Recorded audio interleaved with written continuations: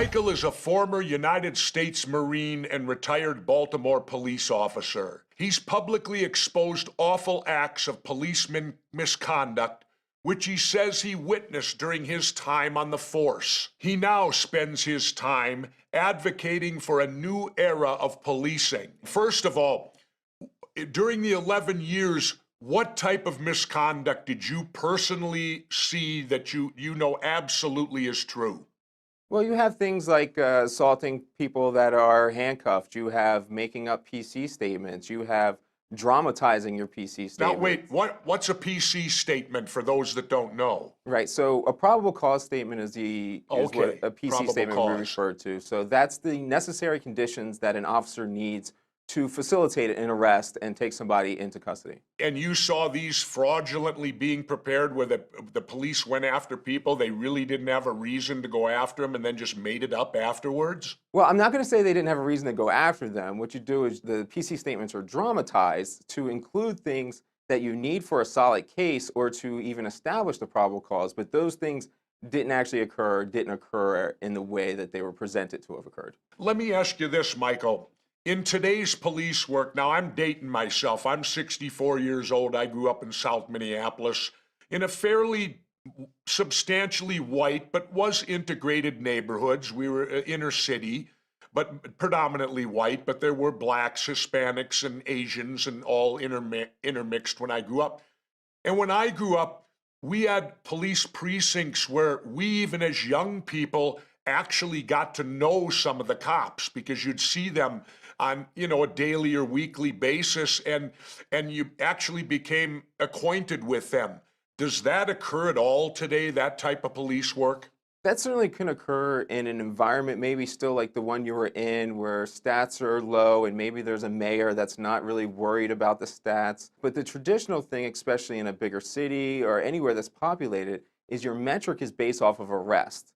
So you don't actually go out and engage with the community because that would be time that you could be getting the arrest that you're expected to get to prove that you're a decent officer. So you actually don't have any incentive to communicate. Michael, wait a minute. What you're telling me is that it's all based upon you going out and arresting people? You have to meet a quota? Right. So, I mean, we've been discussing this for a long time, just in common speak around America, and you see it in movies, and it's continually denied by policing. But if you have something like CityStat, where you had, CompStat in New York, and you had it in Baltimore, where everything is taken down to a metric, that metric that is utilized is arrest. So while there's not an official quota, they're not going to tell you the number. That is your basis. So it would be like a trash man's basis of productivity to be to pick up a trash can and put it in the back. That would be a 1. So if you pick up that person off the street and you put him in the back, that's a 1. So the incentive for the police officer is to make arrests. Right. So if you want to go to do some kind of unit, so when people join policing, they generally don't say, I would like to be a patrol officer forever. They want to get into narcotics. They want to do crash investigations. They want to get in the SWAT. Those people are picked by who is the most productive. And your metric of who is most productive is who makes the most arrests. Not convictions, neither, just arrests. So when a police officer gets up in the morning and goes to the job on a typical day, what he's thinking about is how many people I can arrest today? I'm not thinking how many people I could arrest. I'm more thinking... Not you, not no, you, no, Mike, I'm just as guilty, Governor. I did the same thought process. Okay. Don't think I'm above it. So when I went in, it was, how many people do I have to arrest so that the supervisors won't bother me? So if you're not arresting enough people, the supervisors will bother you? Yes, of course, and you're going to get bad evaluation reports. You're not going to get the assignments you want. You're going to get crappy details. The person that's sitting there most likely directing traffic in the hot summer heat is the guy that doesn't have a lot of stats. It's not going to be the superstar that goes out and gets stats. So really, they're operating under a feeling that crimes are automatically happening and it's your job to go out and get them. Yeah, that's a sufficient way of putting it. And the way the laws are written, I mean, a crime is constantly occurring. I guess it's all changed because I had a lot of friends who I went to school with that became cops and all that later on. And I'm still friendly with them today. And they used to patrol around and not necessarily looking for trouble. They actually patrolled around hoping for calm. And I guess that isn't the way it is today, because you're not going to have calm if you need to make so many arrests every day. Right, but the officer, he wants calm. That's what I wanted when I was driving. I would have loved to have a calm day where I could drive around with the windows down and say hi to everybody. But that's not the way the system is actually established. So you don't even have that really as an available option, despite you wanting that as a human being. Could that be the problem then, that there's no engagement today between the cops and the citizens? Well, I think that's an aspect, but we have a lot of tentacles to this problem that's going on, and all of our solutions Tell me. are Tell me what's going okay. on. So I think the biggest problem is that we have a war on our citizens. In law enforcement, everything is us versus them. You've heard it before. This is what we do, and now you have it so that the police don't even justify their commanders and their leaders, because those people are the ones that are establishing the rules and telling them to do the things that are painting them in a bad light. And now they don't trust society because they feel that society is viewing them harshly for a job that's impossible. So they've really entrenched in this us versus them. And when you have the motivation of a drug war, then you are somebody that is literally fighting a war against an enemy, and that enemy is whoever is involved in the drug trade. Do you think drugs should be made legal? Get rid of the I'm drug 100% war? for legalization. You're 100% legalize, regulate. You legalize and regulate. So the war on drugs is a miserable failure. Yeah, I mean, think about most of, like, even cops dying. So when cops get injured on the job, the first thing they get injured from is car crashes. So we should be taking safety measures there. The second thing is events surrounding the drug war. So when they're in a shootout and they're going through and they're getting injured, and Tyrone West in Baltimore is being beaten and killed, and Freddie Gray is being thrown into a back of a metal cage. These things are occurring because there is this drug war where we're going after these people. So your cops are unsafe and your citizens are unsafe because of a policy that we know doesn't work. It absolutely doesn't work. If somebody can present me with an argument to how it does work, I would love to hear it. Why aren't the police speaking out more on this and saying, end the war on drugs? This is the major problem that causes problems for the citizens as well as for us. And we'd like a truce, and the only way that can happen is for you politicians to make these things legal, just like the prohibition of alcohol. I remember when my mother lived through the prohibition of alcohol, and I'll never forget what she said to me, Michael, before she passed, and she still had all her faculties. She said, you know, the war on drugs is identical to the prohibition of alcohol. All you're doing is making criminals rich and powerful. She was completely accurate with that assumption, wasn't she? She was, to the obvious extent that Coors and Bush aren't sitting there shooting each other up anymore. Like you're saying, she knew the answer. And we also know the answer. We know it has to end. But law enforcement isn't ending it for a variety of aspects. The first one, I think, is where you kind of get conspiratorial, but you have the politicians, money's in politics. You know this, I know this. And politicians are not serving the interests of the people. They are actually serving the interests of their 400 to 450 millionaire and billionaire donors. And some of those people are the owners of the prison industrial complex, and they have every reason to buy politicians to keep the system in the status quo that it is. Your second element is academia.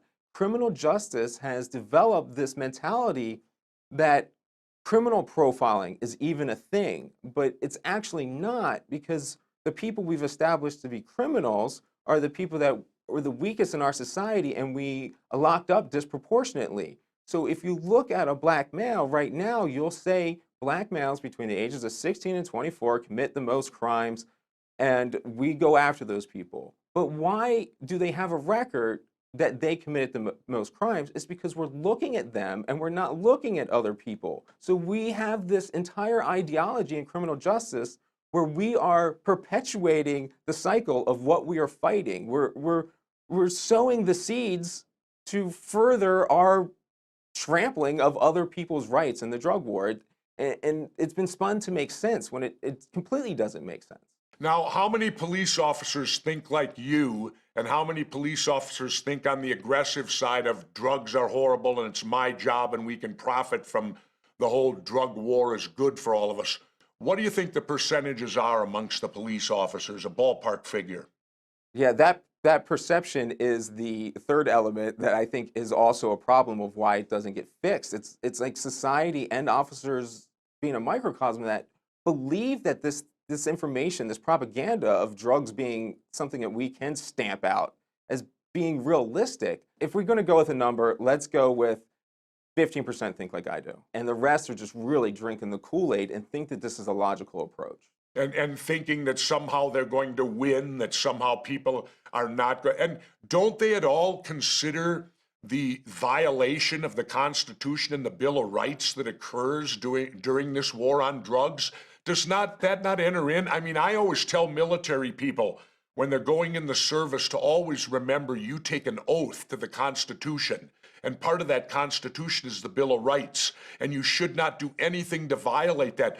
Don't police officers do essentially the same thing? Isn't that the great cognitive dissonance paradox that we have that we see a lot of people doing? It's like you use the Constitution to say this is why I can carry guns, but when you use the same Constitution to say this is why you shouldn't jack up black males on a corner for doing nothing, suddenly that connection doesn't take place anymore. Well, and suddenly, and they violate the Constitution so much in the war on drugs, the actual apprehension of it, when they confiscate people's property, when they do all these things that violate the Bill of Rights, all for, quote, the war on drugs.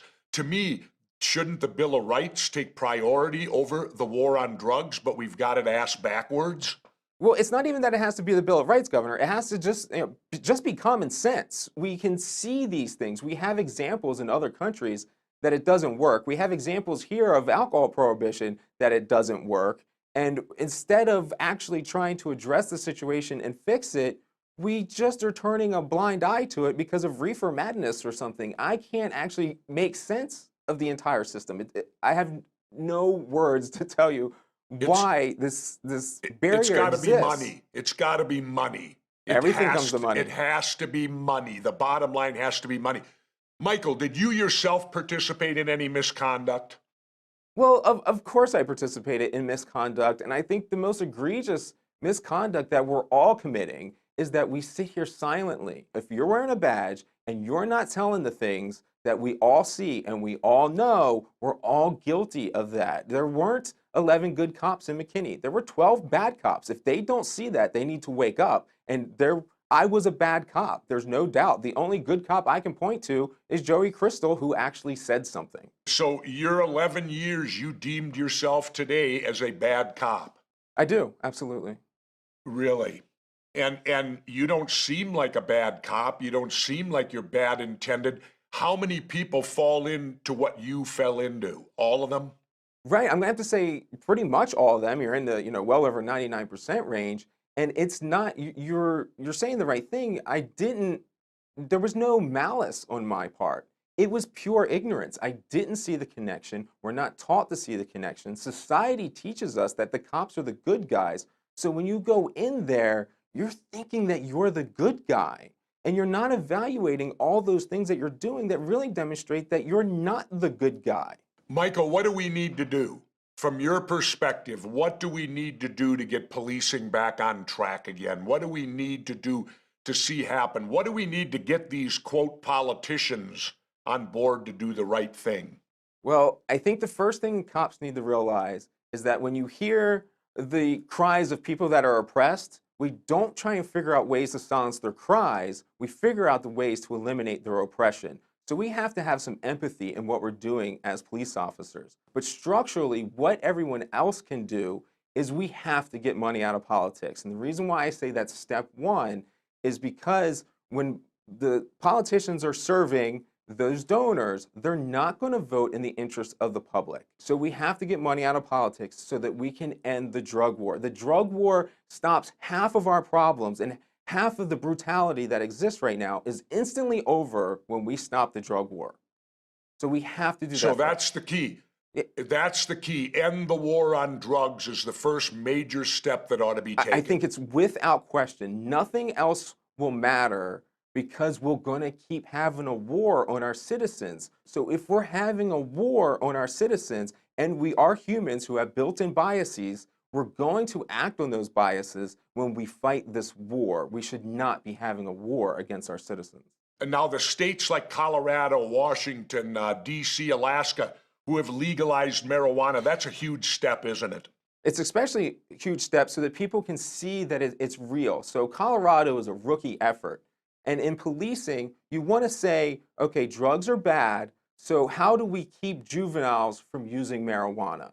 Well, one way is legalize and regulate, because we've seen in Portugal and we've seen in Colorado that drug use among juveniles actually goes down under legalization. So what is your goal? Is your goal to send these kids to jail, or is your goal to reduce marijuana usage? Because if your goal is to reduce marijuana usage, then we need to legalize and regulate, because we know that actually works. Anyway, Michael, I want to thank you for coming on with Off the Grid with me today to talk about this, because it's obviously something that we need to talk about, something we need to get out there. What's in the future for you now? What's Michael Wood's future?